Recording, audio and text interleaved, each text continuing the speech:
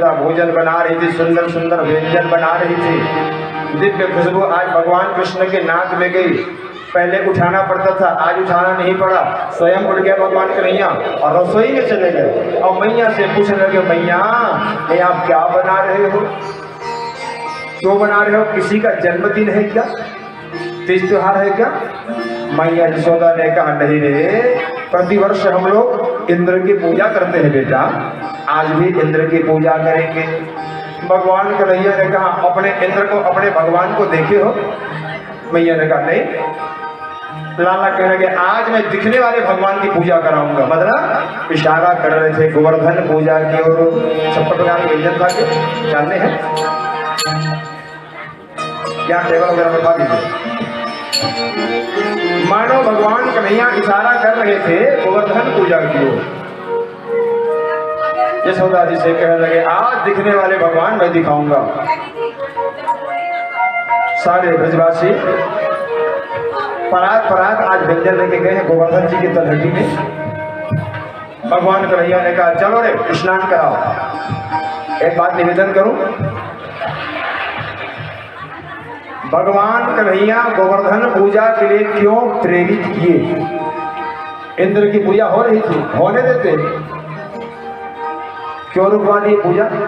और क्यों कह रहे हैं गोवर्धन की पूजा करो? मानो भगवान कन्हैया जानते थे धीरे धीरे धीरे धीरे समय आगे बढ़ेगा, वृक्ष करते जाएंगे और जैसे वृक्ष करेगा वातावरण में गर्मी छा जाएगी और इसीलिए सब गड़बड़ हो जाएगा। सूर्य से एक रोशनी निकलती है कि प्रकाश। विज्ञान वाले मेरे भाई बहन बैठे होंगे, बताओ तो कौन सा प्रकाश निकलता है, कौन सा रोशनी सूर्य से? बड़ा बैगनी, पहले भी निकलता था, आज भी निकल रहा है। पहले जब बड़ा बैगनी किरण निकलती थी तो बीच में एक परत था जिसका नाम है ओजोन। ये ओजोन परत में टकराती थी। अब ओजोन परत छान करके हम तक उसको पहुंचाने का काम करता। लेकिन आज कल कारखाने अधिक बढ़ रहे हैं, पेड़ अधिक कट रहे हैं, जिसके कारण से वातावरण में गर्मी छा गई है और अधिक गर्मी के कारण वो ओजोन का जो परत है फट रहा है और सीधे सीधे जो प्रकाश निकलता था, पराबैंगनी किरण निकलती थी, वो हमारे शरीर में पड़ रहा है और इसलिए भयंकर भयंकर रोग हमको हो रहे हैं। एक बात को भगवान कन्हैया जानते थे, इसलिए कह रहे हैं, प्रेरित कर रहे हैं, गोवर्धन पूजा करो। मानो कह रहे हैं जन्मदिन हो, तीज हो, त्योहार हो, एक छोटा सा तुलसी का पौधा अवश्य लगाओ। ज्यादा न लगा सको कोई बात नहीं, वृक्ष लगाओ, पेड़ लगाओ, क्योंकि पेड़ है तो हम हैं। हमारा जीवन सुरक्षित तब तक है जब तक पेड़ है मेरी माताओं। पेड़ से ही हमको ऑक्सीजन मिलता है। हाँ, संसार में 2 से 3 ही ऐसा पदार्थ, ऐसा चीज, ऐसा वस्तु है जिससे हमें ऑक्सीजन मिलता है। सबसे पहले किससे मिलता है ऑक्सीजन? कोरोना फिर से प्रारंभ होने वाला है, सावधान रहिएगा। चीन में हालत बद से बदतर हो गई है। हाँ, भगवान से प्रार्थना करेंगे भारत में ना आए।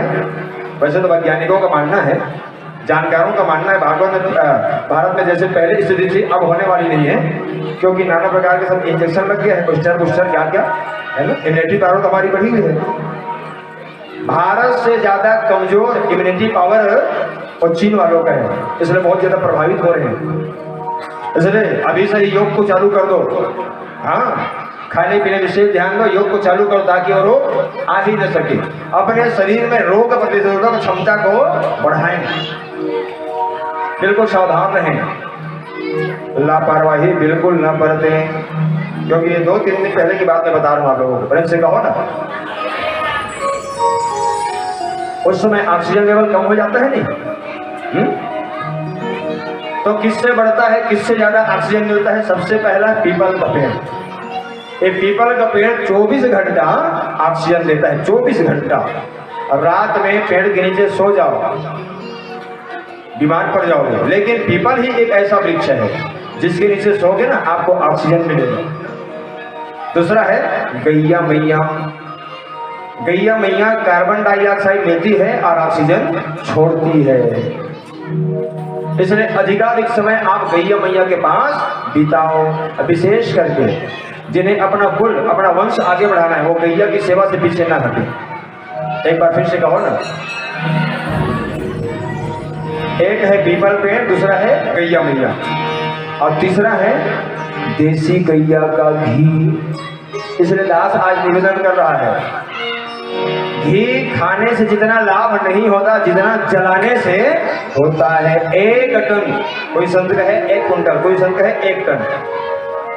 जरा सा चम्मच में आप घी जलाते हो ना, देसी घी का, देसी गाय का घी, वो 1 टन ऑक्सीजन आपको ऐसे ही प्रदान कर देती है। मानो भगवान कह रहे हैं वृक्ष से जुड़ो, पर्वत से जुड़ो, प्रकृति से जुड़ो। आज हम पानी पी रहे हैं, शुद्ध नहीं है। आज हवा ले रहे हैं, शुद्ध नहीं है। आज भोजन कर रहे हैं, शुद्ध नहीं है। बोले लगता है हम लोग गाय के दूध पी रहे हैं, लेकिन वही गैया वो खेत के पैरा को खाती है ना, जिसमें यूरिया डाला होता है। यूरिया डाले पैरे को खाती है, उससे दूध बनता है, उसी दूध को हम लोग पीते हैं। इसलिए दूध भी शुद्ध है। मैं नहीं कह रहा हूँ, भागवत जी में भगवान कन्हैया ने कहा गोवर्धन पूजा कराने का एक ही कारण था, भगवान चाहते थे प्रकृति से जुड़ करके रहो, तभी जाकर के सुखी और स्वस्थ रह सकते हो।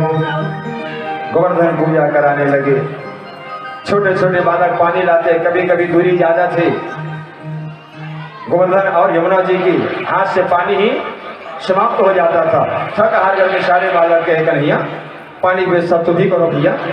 बस वहीं पर अपने दाहिने हाथ के अंगूठे को दबाए हैं और माता गंगा प्रकट हो गई। बोले गंगा मैया की जय हो।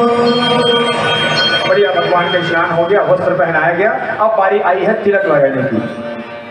कुछ कुछ बच्चे नहीं जानते थे बेचारे, ऐसे मुट्ठी पकड़ते थे, सिंदूर गुलाल रोली और भगवान को गोवर्धन के मुख में ऐसा मलने लगे।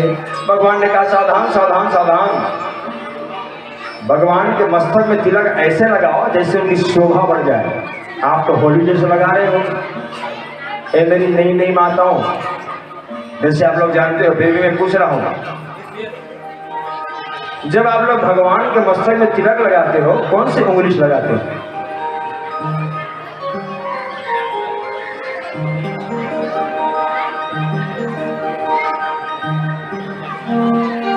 उंगली कौन सी? अनामिका। Thank you.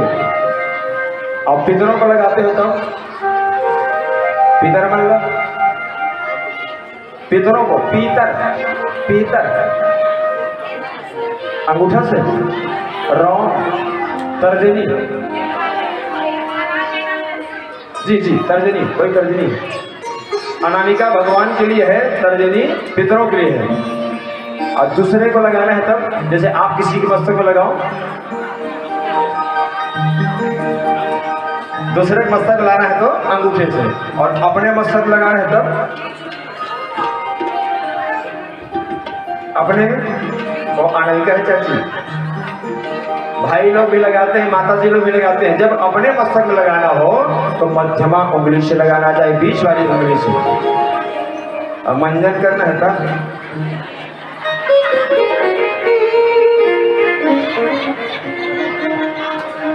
नो, मंजन भी करना है तो बीच वाली उंगली से, मध्यमा उंगली से ही करना चाहिए। ये भी उंगली काम नहीं है, चाहे तो आप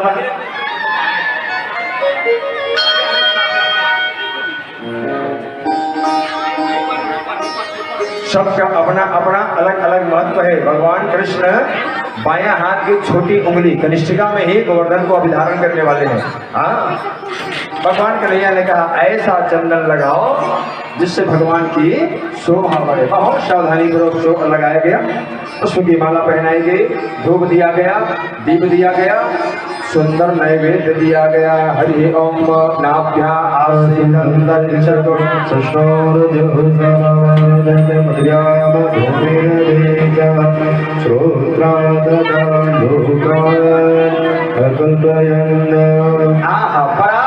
कोबरा कोबरा व्यंजन आज आरोगने लगे हैं गोवर्धन भगवान। एक रूप से भगवान अंदर चले गए, एक रूप से बाहर खड़े हो गए। अब तो गोवर्धन जी हिलने लगे हैं। मेरे भाई बहन, आप लोगों का मन भी कर रहा है क्या? जैसे राजपूत परिवार 56 प्रकार के भोग आज लगा रहे भगवान को, निवेदित कर रहे हैं, काश हम भी जीवन में एक आध बार ऐसा लगाते। मन कर रहा है क्या माता? आखिरी वाले भाई हो, पिछले भाई हो, मन कर रहा है ना? तो एक आध बार मत सोचो, अभी कभी लगाओगे आप लोग, कभी कभी। हाँ, यदि आप लोग कहो मैं बता देता हूँ। 56 प्रकार के व्यंजन आपके पास में ही है, वो अभी कभी आप लोग लगा सकते हो, समय की प्रतीक्षा नहीं करनी पड़ेगी। यदि कहो तो मैं बता दूं, बता दो। 56 प्रकार के व्यंजन, 56 अपने हाथ में, अपने हथेली में लिखो 56, 56। 5 और 6, 5 + 6 = 11। पक्का? ठीक, थैंक यू। तो 56 अर्थात 5 × 6 अर्थात 11, है ना? आपके पास 5 कर्मेंद्रिय है कि नहीं? पहले बताओ। 5 कर्मेंद्रिय, 5 ज्ञानेंद्रिय, 5 कर्मेंद्रिय भी है, 5 ज्ञानेंद्रिय भी है। एक मन, 5 × 5 = 10 और एक अपने पास जो 5 कर्मेंद्रिय है, 5 ज्ञानेंद्रिय है, एक मन है, इसी का को आप चढ़ा दो भगवान के चरणों में, आपके घर से 56 प्रकार के व्यंजन चढ़ गए, ऐसा आप मानोगे। बोले भक्त भगवान की। तुलसी पत्ता भी डाल दीजिएगा, थोड़ा जल घुमा दीजिएगा। आरती पश्चात हम लोग लेंगे 56 प्रकार के सुंदर सुंदर व्यंजन का लाभ। तो आज गोवर्धन पूजा के माध्यम से प्रकृति से जुड़ने के लिए आवाहन कर रहे हैं भगवान के भैया। जब गोवर्धन जी की पूजा हुई,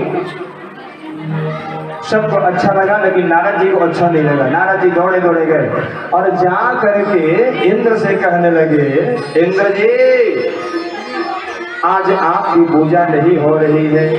इंद्र ने पूछा तो किसकी हो रही है? किसकी हो रही है?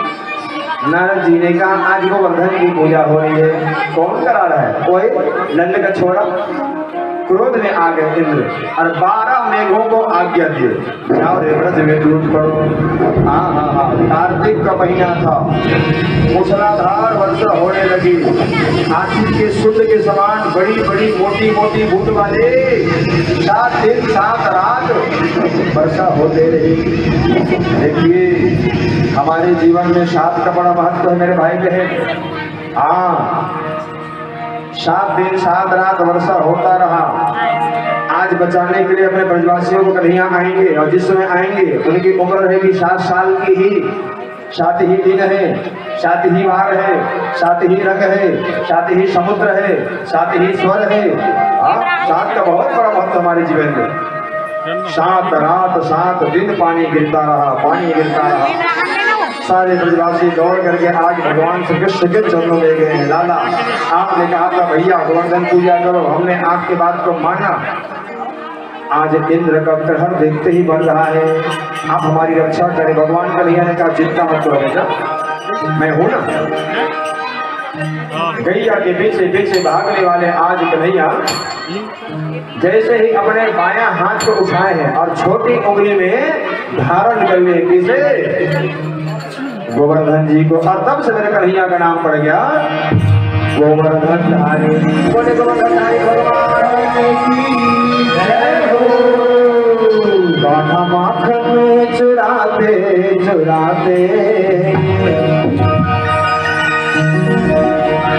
गाढ़ा माखन चुराते अब तो दिल भी चुराने लगे,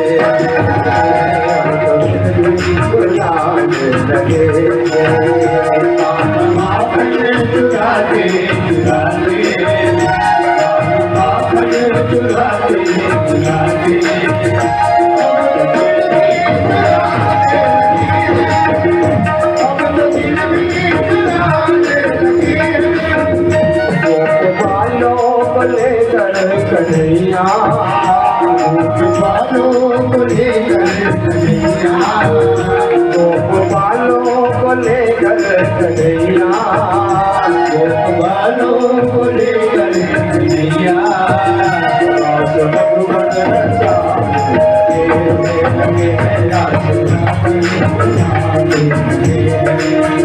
रास मधुमन नचाने लगे रास मधुमन नचाने लगे। हरि बोल।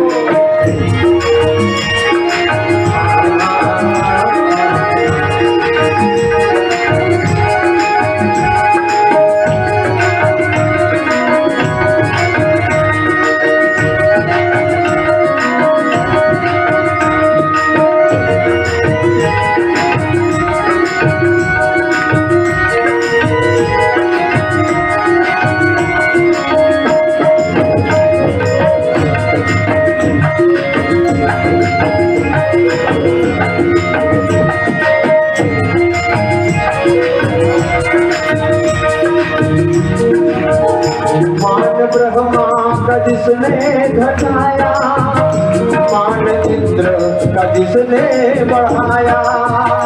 मान ब्रह्मा का जिसने घटाया, मान इंद्र का जिसने बढ़ाया। मान ब्रह्मा का जिसने बढ़ाया, मान इंद्र का जिसने बढ़ाया। मान ब्रह्मा का जिसने घटाया,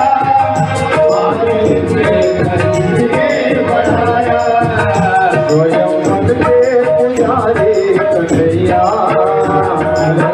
के पुजारी कन्हैया, स्वयं मन के पुजारी कन्हैया, के पुजारी कन्हैया। अब तो गिरवर उठाने लगे, अब तो गिरवर उठाने लगे, अब तो माखन चुराते चुराते, माखन चुराते चुराते, लाना माखन चुराते चुराते, माखन चुराते चुराते। तो उठाने लगे,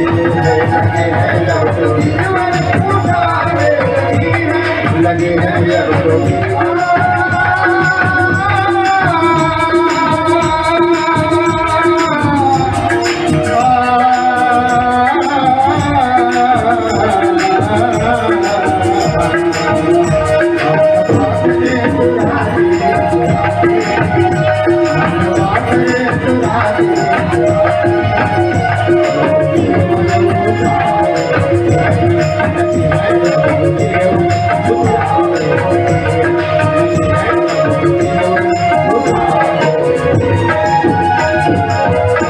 गिरधारी भगवान की है हो। भाई मेरे भाई बहन देखते देखते 4:45 बज गया क्या? ओ शादी में भी जानी है, टाइम का ख्याल ही नहीं रहा मेरे को। आइए आज कल का गैया चराने वाला मेरा कन्हैया गोवर्धन धारी बन गए, नाम पड़ गया गिरधारी। एक दिन की बात है, व्रत की छोटी छोटी कुंवारी कन्याएं, कुमारी अर्थात 2 से लेकर 11 वर्ष के पहले वाली हमारी बेटियां यमुना जाती, यमुना जा करके निर्वस्त्र होकर स्नान करती। भगवान कन्हैया ने जैसे जाना, उनके वस्त्र लेकर के चढ़ गए कदम में। अंत में वो कुमारी कन्याएं कहने लगी, लाला हमारा वस्त्र में लौटा दीजिए। कन्हैया ने कहा जैसे कि वैसे आओ भैया, तब देंगे। बेचारी कुमारी कन्याएं कहें हमें लज्जा आती है जी। भगवान कन्हैया ने कहा तो निर्वस्त्र होकर नहाने में लज्जा नहीं आती, मेरे सामने आने में लज्जा हो रही है। सबसे पहले मैं निवेदन करूँ आप सभी से, थोड़ा कहूंगा थोड़ा, भागवत जी में चीर हरण की जो कथा है या रास की जो कथा है, उनको आप लोग बुद्धि से श्रवण करने का प्रयास मत करिएगा।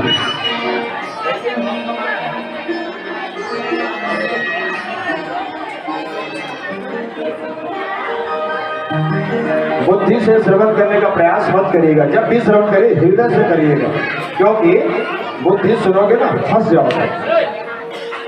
राजा परीक्षित फंस गए, राजा परीक्षित शंका करने लगे थे क्या यही भगवान है जो कुमारी कुमारी कन्याओं को वस्त्र लेकर के पेड़ पे चढ़ गए हैं। अंत में उनके शंका का समाधान किए परमात्मा, क्योंकि बेटा परीक्षित तो रास को क्या समझ रहा है, रास किसी स्त्री और पुरुष के मिलन कथा है क्या? नहीं नहीं नहीं नहीं, शुद्ध जीव और शिव के मिलन की ये कथा है। एक लाइन में कहूं, हर कामना मिटा करके, सारी कामना मिटा करके श्री हरि भगवान विष्णु से, भगवान कृष्ण से प्रेम करने का नाम है रास। सिर्फ गोपियां ही नहीं गई थी। अच्छा मेरी प्रिय माताओं, आप लोग गोपी हो नहीं? क्या बात है, चर्चा क्यों कर रहे हो? आप लोग गोपी हो ना? अब पीछे हमारे भाई लोग बैठे, लोग कौन है? गोपा है। आप लोग गोपी हो वो? अच्छा, आप लोग भी गोपी हो, हमारे भाई लोग भी गोपी है।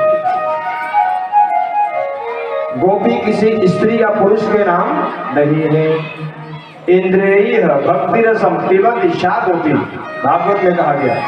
जो जीव अपने प्रत्येक इंद्री से कृष्ण रस का पान करे वही है गोपी। ना वो लड़की है ना लड़का, ना स्त्री है ना पुरुष है, बल्कि मैं कहूँ सारे संसार में एक ही पुरुष है, वो है ब्रजराज कन्हैया। हाँ, आप लोग भी लड़की हो, मैं भी लड़की हूँ, आप लोग भी लेडीज, मैं भी लेडीज, सारा संसार स्त्री, कोई पुरुष नहीं, मात्र और मात्र भगवान कन्हैया के अलावा।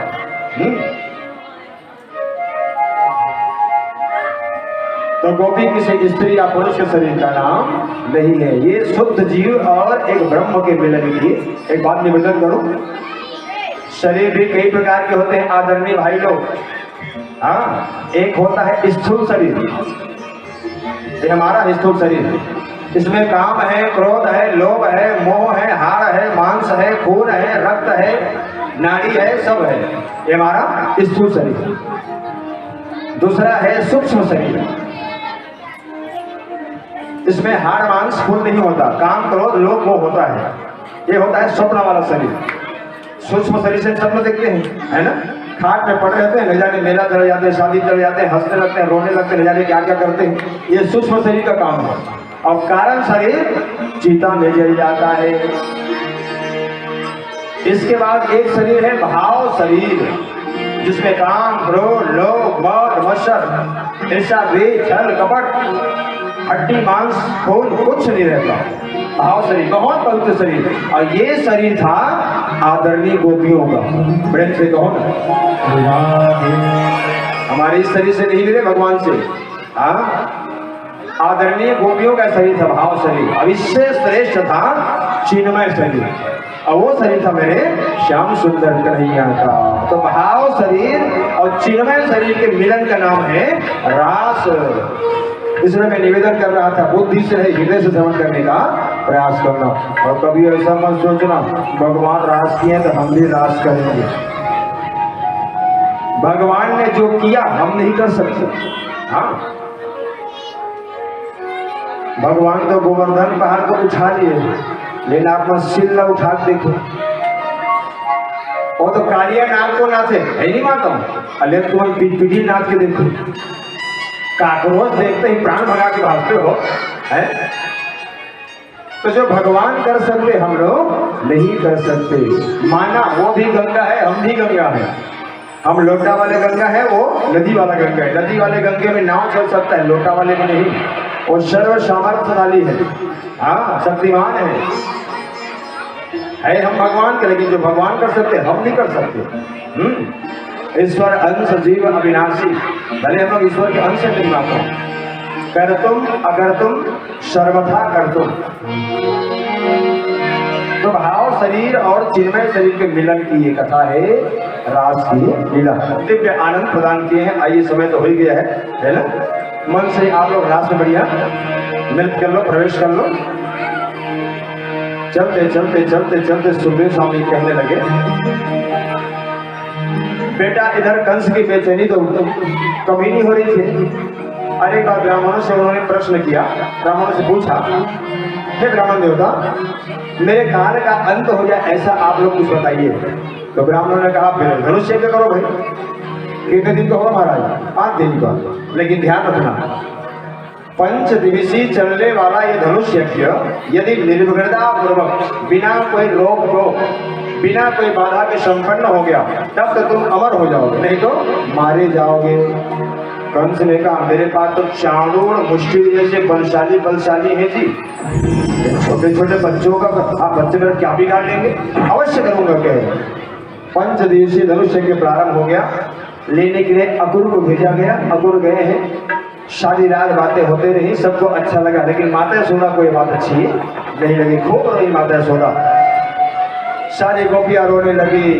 अरे अक्रूर, तेरा नाम अक्रूर किसने रख दिया? तू तो क्रूर है, दुष्ट है, जो हमारे प्रीतम हमारे प्राण धन कन्हैया को लेने आए हो। यदि कन्हैया चला जाएगा सारा गोकुल शमशान बन जाएगा। खूब रोए, खूब रोए। और आप लोग जानते हो अंत में माता यशोदा ने कहा कन्हैया ठीक है बेटा, जा रहे जा, मैं रोकूंगी नहीं, लेकिन मेरी कुछ बात को भूल जाना। कन्हैया ने कहा कुछ कौन सी बात मां? वही मैंने जो मुखर में तुमको बांधा था।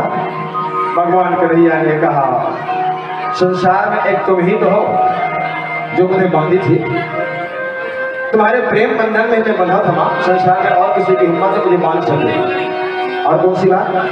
माता यशोदा ने कहा मैं तुम्हारी शक्ति मां नहीं हूं, तो तुम्हें जन्म देने वाली मां है देवकी। इसलिए जब कभी जीवन में इस यशोदा की, इस दासी की याद आए, इसे याद कर लेना बेटा। भगवान कन्हैया ने कहा मां भले ही मुझे देवकी माता ने जन्म दिया हो, लेकिन जब भी संसार में कहलाऊंगा मैं यशोदा का लाल ही कहलाऊंगा। रोते बिलखते छोड़ करके भगवान कन्हैया चले आए हैं।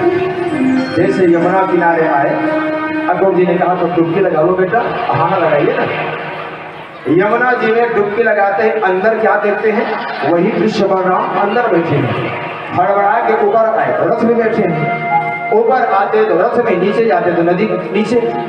मानो भगवान कन्हैया कह रहे हैं मैं वृंदावन छोड़ करके कहीं नहीं जा रहा हूँ, एक रूप में जा रहा हूँ, दूसरा रूप मेरा वृंदावन में ही छुप रहा है। इसलिए भागवत में लिखा है वृंदावनम परित्यज्य पाद में कम न गच्छति। एक रूप में भगवान वृंदावन में रह गए। चलते चलते मथुरा किनारे आए। भगवान ने कहा जहाँ कंस नहीं रह सकते काका, इसलिए हमें आप उतार दीजिए। सबसे पहले मुलाकात हुई रजत भैया से, जो कंस के कपड़े ले जा रहे थे। कहते भगवान ने कपड़ा मांगा, लेकिन रजत भैया अकड़ गया, और जैसे एक मूर्छिका पड़ी वहीं पर रजत का प्राणांत हो गया। भगवान के जो जो कपड़ा पसंद आए उठा लो। छोटे छोटे बालक बड़े बड़े राजा के कपड़े पहने ना, डूब गए। और जैसे डूबे कहने लगे कन्हैया हम तो डूब गए भैया, एक कपड़े को छोटा करवा दो ना। तो कन्हैया उसी दर्जी के घर ले गए। बहुत ध्यान से सुनिएगा, उसी दर्जी के घर ले गए। ये दर्जी कोई और नहीं, रामा अवतार के दर्जी थे। जब राम जी का राज्याभिषेक होने वाला था, इसी दर्जी को कहा गया था बेटा तुम कपड़ा सिलो राम के लिए। अब आप लोग जानते हो एक रात में क्या हो गया था, है ना? राजा तो नहीं बने, 14 साल के लिए वनवास जाना पड़ा। दर्जी के मन की बात दर्जी के मन में ही रह गई मेरी माताओं। उस दिन से दर्जी ने संकल्प ले लिया आज के बाद मैं किसी के कपड़े नहीं सिलूंगा, और सिलूंगा तो भगवान के ही सिलूंगा। प्रतीक्षा करते बैठे रहे, त्रेता से कर रहे प्रतीक्षा, द्वापर में भगवान उसके घर गए। इतनी लंबी प्रतीक्षा करवाए। दर्जी प्रसन्न हो गया, आइए न प्रभु का इसी बात प्रतीक्षा में कब से कर रहा था। योग्य भी नाथ सुंदर सुंदर नाम बना करके भगवान को कपड़े पहनाए। आगे जाकर के त्रिवक्रा से मुलाकात हुई, जो अंगराग चंदन लेकर जा रही थी। भगवान के मस्तक में चंदन लगाई, और जैसे चंदन लगाई भगवान की सुंदरता बढ़ी। भगवान ने कहा तुमने मेरा सुंदरता बढ़ाया, मैं तुम्हारा बढ़ा देता हूँ। थोड़ा सा स्पर्श किए, और स्पर्श करते ही वो त्रिवक्रा जो है दिव्याद दिव्य सुंदरी बनकर खड़ी हो गई। बोले वृंदावन बिहारी लाल की। एक त्रिवक्रा कोई और नहीं, हमारी बुद्धि है मेरी माताओं। भैया लोग ध्यान दीजिएगा, हमारी बुद्धि जब कंस काम की सेवा करती है ना, तो टेढ़ी हो जाती है। और यही बुद्धि जब राम की सेवा करती है तो सीधी हो जाती है, सुंदर हो जाती है। इसलिए आज त्रिविक्रम बहुत सुंदर हो गई। आगे व्यापारी लोग शौक सवारी देकर भगवान को प्रसन्न किए। बढ़ते बढ़ते भगवान के जहाँ पर कुबलिया पीठ हाथी बंधा हुआ था, स्पर्श करते ही कुबलिया पीठ हाथी का कल्याण हो गया, चारों मुष्टि का कल्याण हुआ। उछल करके मंच में बैठे जहाँ पर कंस बैठे हुए थे, और एक हाथ से बाल पकड़ लिए, एक हाथ से भगवान का नैया अपने मुष्टिका तैयार रखे। कहना कि मामा ऐसे मेरी माँ को आपने मारा था ना, बस बाल पकड़ के जैसे घसीटे घसीटे जैसे पटके और पटकने ही कंस का प्राणांत हो गया। एक बार प्रेम से कहो ना।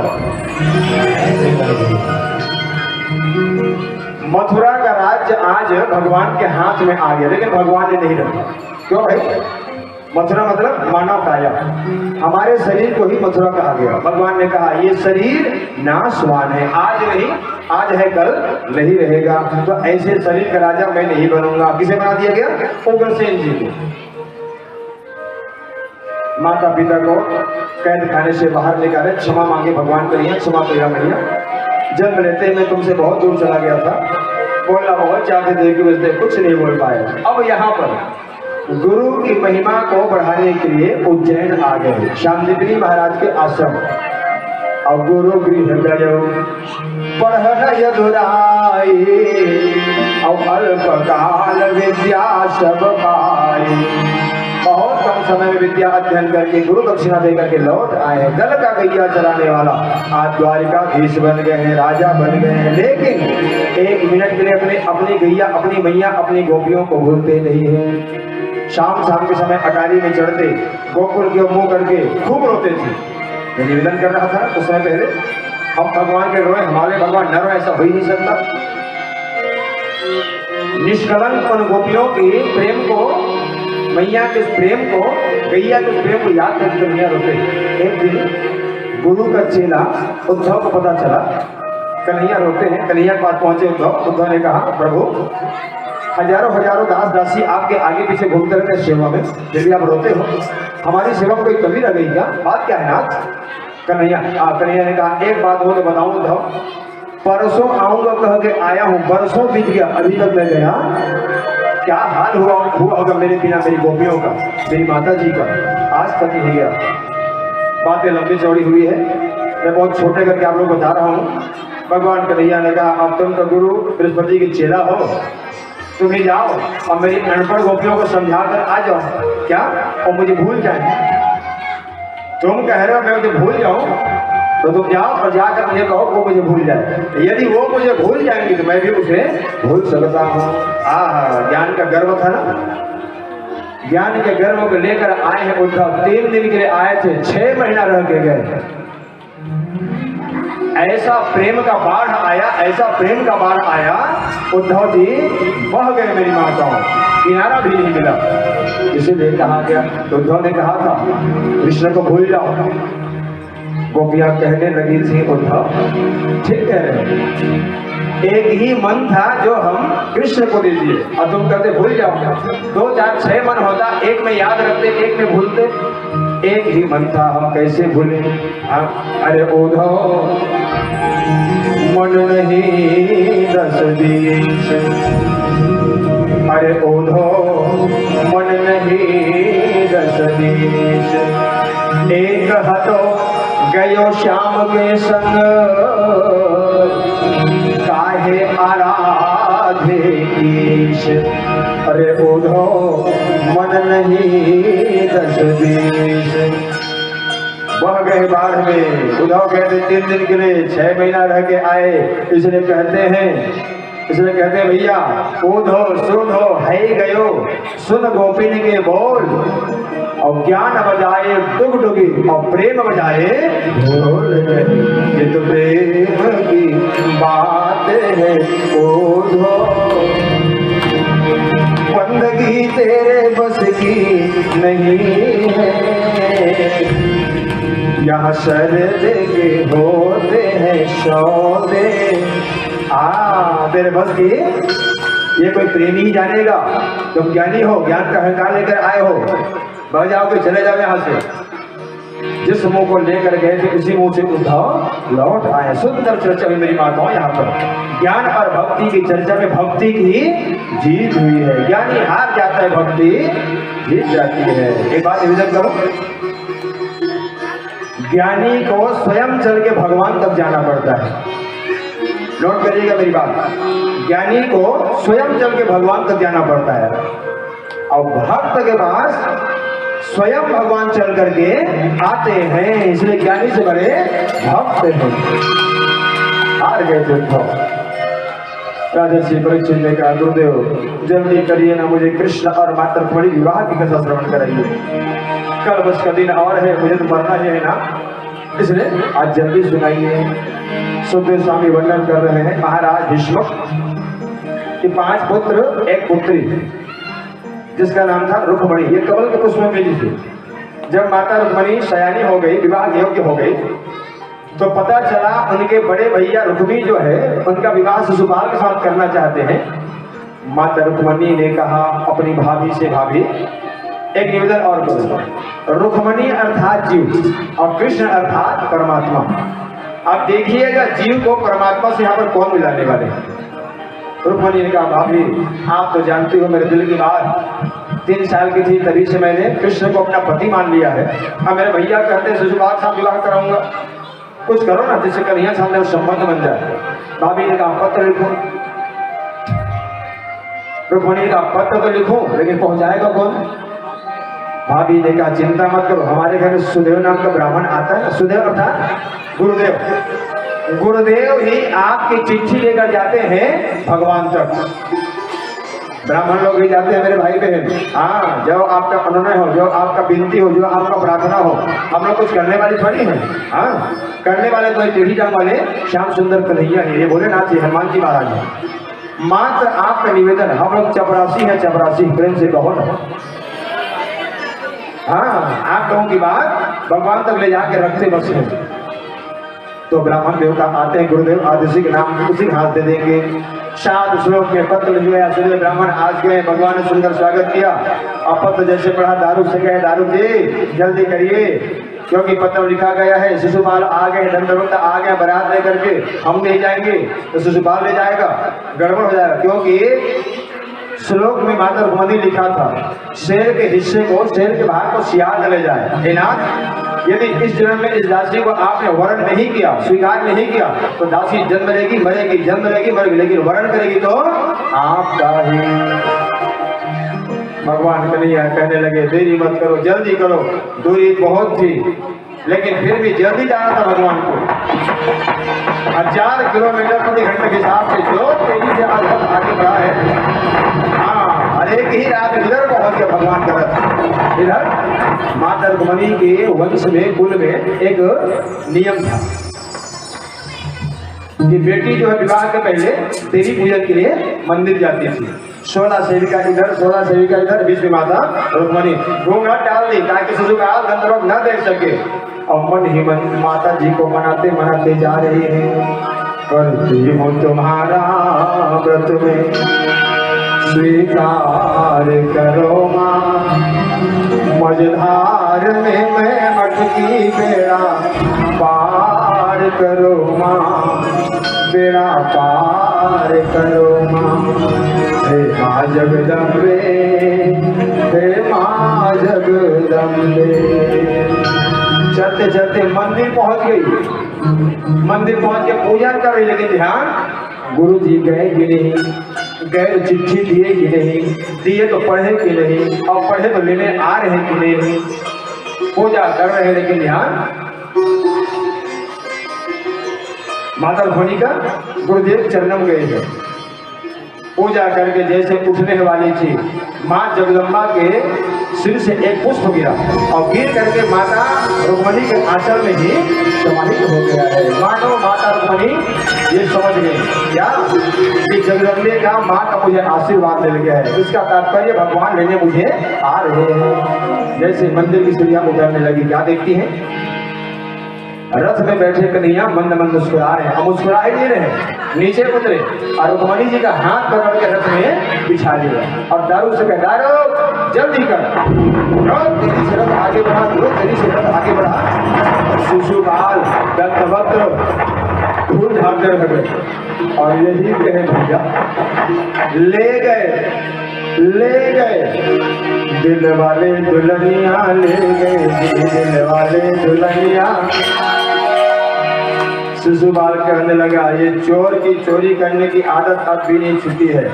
हाँ, दूध दही माखन मिश्री चुराता था जब छोटा था, आज ये मेरी खालिस्तान को चुरा के ले गया। अब ले गया तो ले गया। जोर शोर से तैयारी एक ही भवन में हुआ।